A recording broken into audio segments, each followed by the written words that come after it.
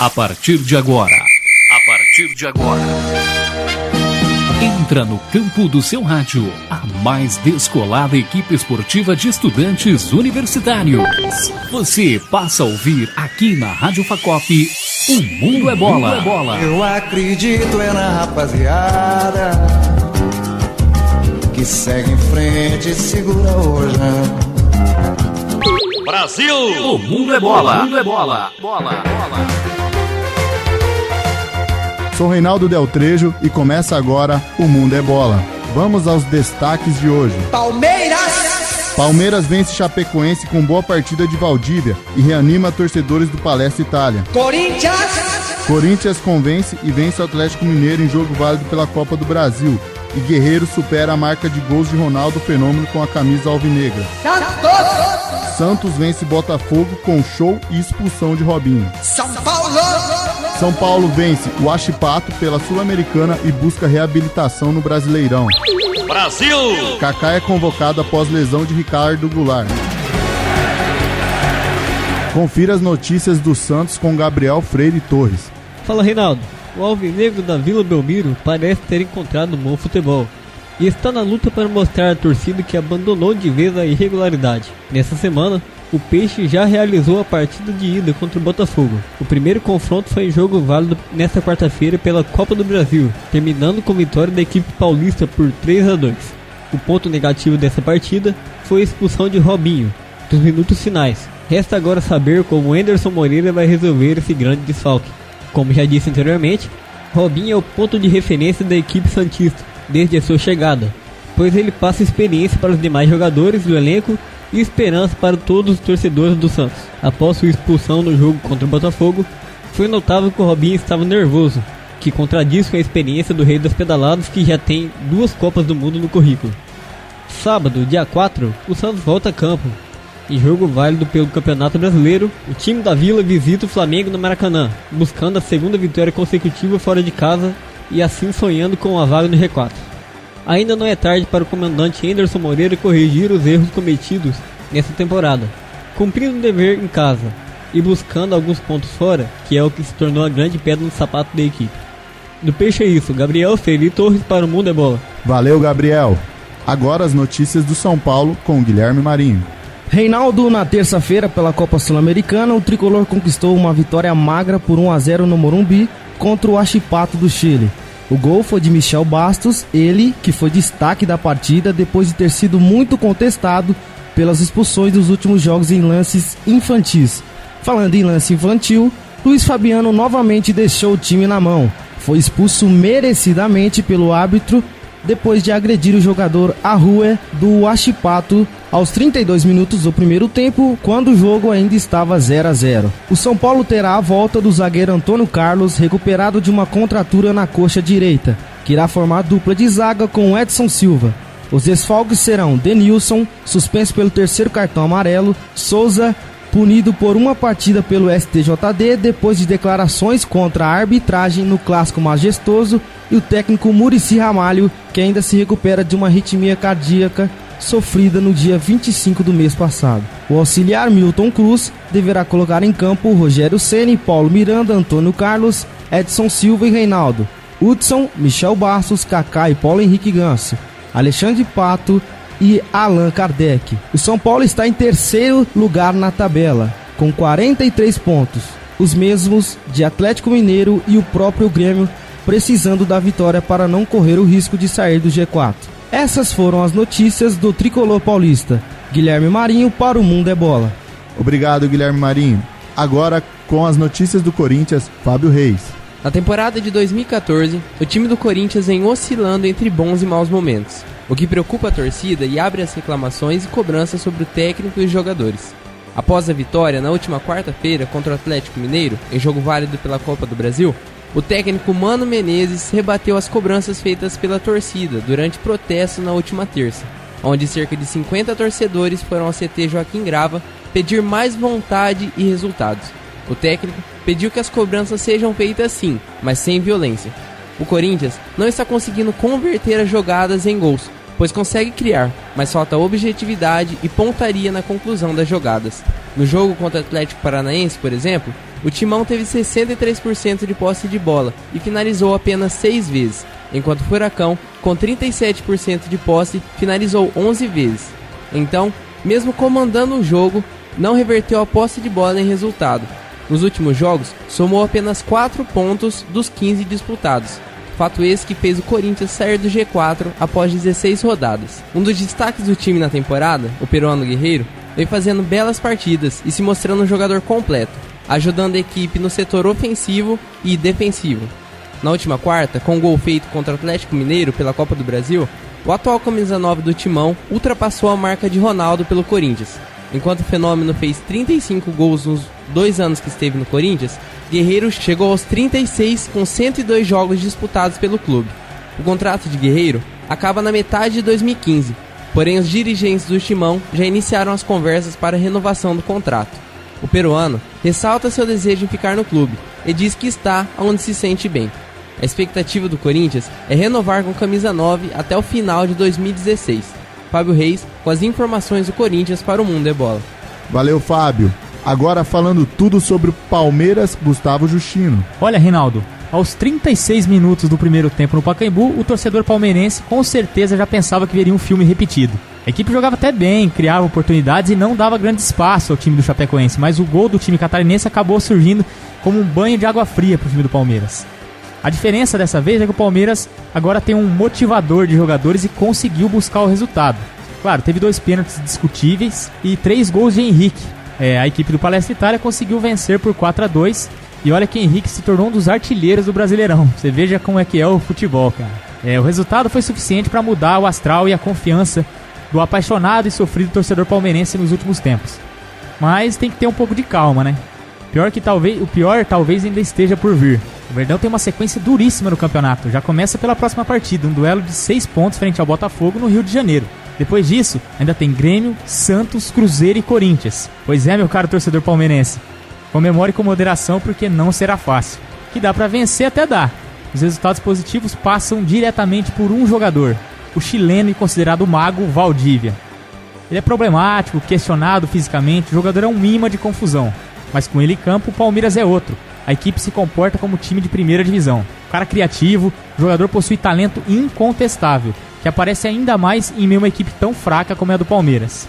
No jogo de quinta-feira, por exemplo, ele liderou o time em campo, deu ordens, gesticulou, mandou, desmandou e o principal, apenas jogou bola, ficando longe das polêmicas, das redes sociais e das lesões.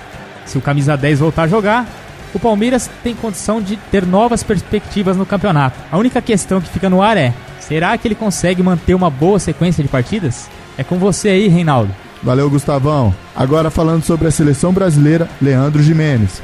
E aí, Reinaldo, e aí a todos os ouvintes. Bem, a segunda era Dunga começou com 2 vitórias diante de 2 equipes sul-americanas que participaram da última Copa do Mundo.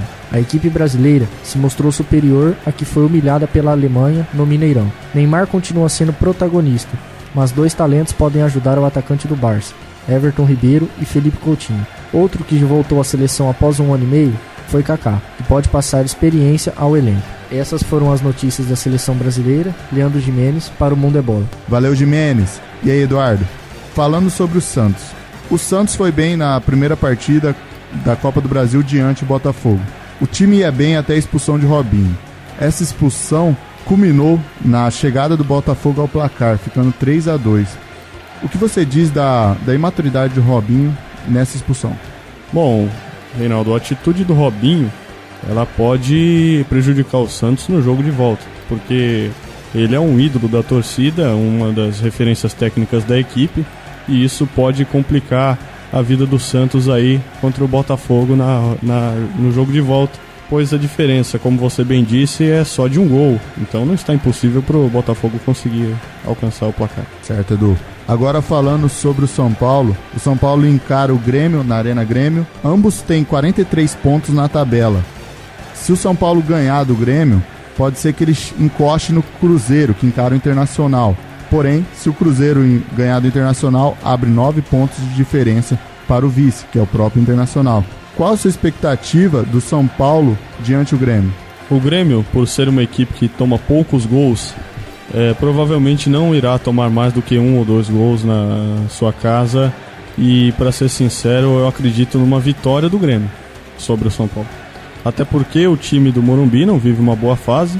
E no jogo do Cruzeiro com o Internacional, eu acredito numa vitória do Cruzeiro. É um time que está muito bem, mesmo tropeçando algumas rodadas passadas. Não perdeu o nível técnico, continua numa excelente fase. Falando em Cruzeiro, o Cruzeiro tem um diferencial em relação ao São Paulo e o Corinthians, Eduardo. O Cruzeiro não tropeça em times pequenos. São Paulo e Corinthians vêm fazendo isso. Tanto o Corinthians perdeu para o Figueirense, tanto na ida quanto na volta, quanto o São Paulo vem tropeçando. O Cruzeiro tem esse diferencial, assim como ano passado. Você acha que o Cruzeiro é franco favorito para o título? Sem dúvida. O Cruzeiro tem uma coisa que os outros times, os concorrentes ao título, não têm, como você disse, que é realmente essa postura diferenciada contra times menores. Parece que o Cruzeiro aprendeu a jogar contra essas retrancas. Até porque, se você for parar para pensar, poucos times no Brasil hoje não jogam retrancado contra o Cruzeiro.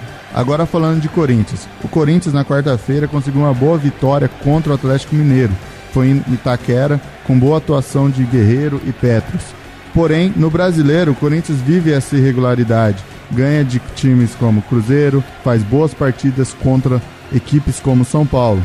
Mas empata com o Criciúma, perde de Figueirense. Você acha que o Corinthians vai focar apenas na Copa do Brasil e tentar fazer uma campanha até levar e, se possivelmente, ficar no G4 do Brasileiro? Acredito que não só o Corinthians, como também todas as equipes que podem focar uma competição secundária irão fazer isso. Até porque o Cruzeiro está muito na frente e, dependendo do resultado contra o Internacional nessa rodada, irá ficar mais ainda. Então, no caso do Corinthians, o próprio São Paulo, que tem a Sul-Americana também, é viável para esses times que querem chegar a Libertadores, obviamente, focar nessas competições de mata-mata, até para não perderem um ano, né? Certo. Agora falando do esporte regional, o Grêmio Prudente vai a campo no sábado, às 19 horas, contra o Nacional. Enquanto o Grêmio tem 2 pontos, o Nacional tem 4. Se o Grêmio ganhar do Nacional, assume a liderança do Grupo 19 e vai dar um passo importante ao acesso à Série A3.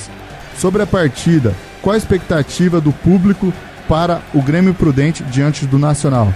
Olha, eu acredito num empate ou uma vitória até. Porque o Prudente, apesar de não estar assim tão bem quanto na primeira fase, né? Quanto nas primeiras fases, tem jogado razoavelmente bem contra esses adversários, né? Conquistou 2 empates, se eu não me engano. Está com 2 pontos e só depende de si para se classificar para a Série A3. Como o jogo é em casa, o Prudente tem totais condições de conseguir um resultado positivo, sem dúvida.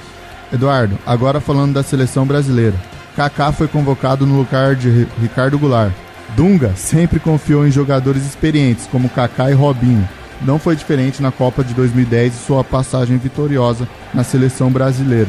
Você acha que Kaká vai passar uma experiência e tirar um pouco do peso de Neymar na seleção? Esperamos que sim, mas a minha visão sobre isso é a seguinte: eu não convocaria o Kaká.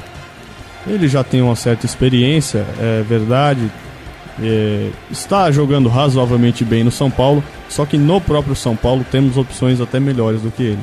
O próprio Ganso. Na minha opinião, o Ganso tem jogado muito melhor do que o Kaká e não recebeu essa chance e, pelo que parece, não vai receber tão cedo. O Kaká, como você disse, ele é experiente, ele já não tem mais a mesma característica que consagrou o jogador nos anos da Europa, né? Nos anos na Europa, Milan, Real Madrid. Eu acho que foi uma decisão equivocada do Dunga. Falando nisso do Kaká, eu acho que o Kaká tem uma característica que, apesar de ser boa durante a jovialidade dele, que é arrancada e ir pra cima, jogadas verticais, ele perde um pouco com a idade, diferente de jogadores experientes como Lampard e Gerrard, que conseguem levantar a cabeça e distribuir o jogo. Kaká tem essa mesma condição e acho que a convocação dele realmente foi equivocada. Diferente do que Dunga tá levando Everton Ribeiro e Felipe Coutinho, que parecem estar babando para tomar a vaga de Oscar na titularidade. realmente o Oscar ele não está fazendo por merecer essa titularidade na seleção brasileira. E o próprio Everton Ribeiro tem grandes condições de virar titular futuramente. Até o próprio Ganso, que eu citei antes, eu acredito que daria uma nova dinâmica ao time do Dunga. Brasil! O mundo é bola! O mundo é bola! Bola, bola! Esse foi o Mundo é Bola, apresentação de Reinaldo Del Trejo, com auxílio dos repórteres Gabriel Freire Torres, Leandro Jimenez, Fábio Reis, Gustavo Justino, Jefferson Martins e Guilherme Marinho. Comentarista, Eduardo Maduro. Edição eletrônica, Gesley Almeida. Orientação, Homero Ferreira. Obrigado pela sua audiência e até o próximo O Mundo é Bola. O Mundo é Bola, o noticiário esportivo que acaba de deixar você bem informado, aqui na Rádio Facop. Bola na trave, não quero placar. Bola na área, sem ninguém tá cabecear. Bola na rede pra fazer o gol. Quem não sonhou em ser um jogador de futebol? O meio-campo é o lugar dos craques que vão levando o time todo pro ataque. O centroavante, o mais importante, que emocionante é uma partida de futebol. Brasil! O mundo é bola! O mundo é bola! Bola, bola!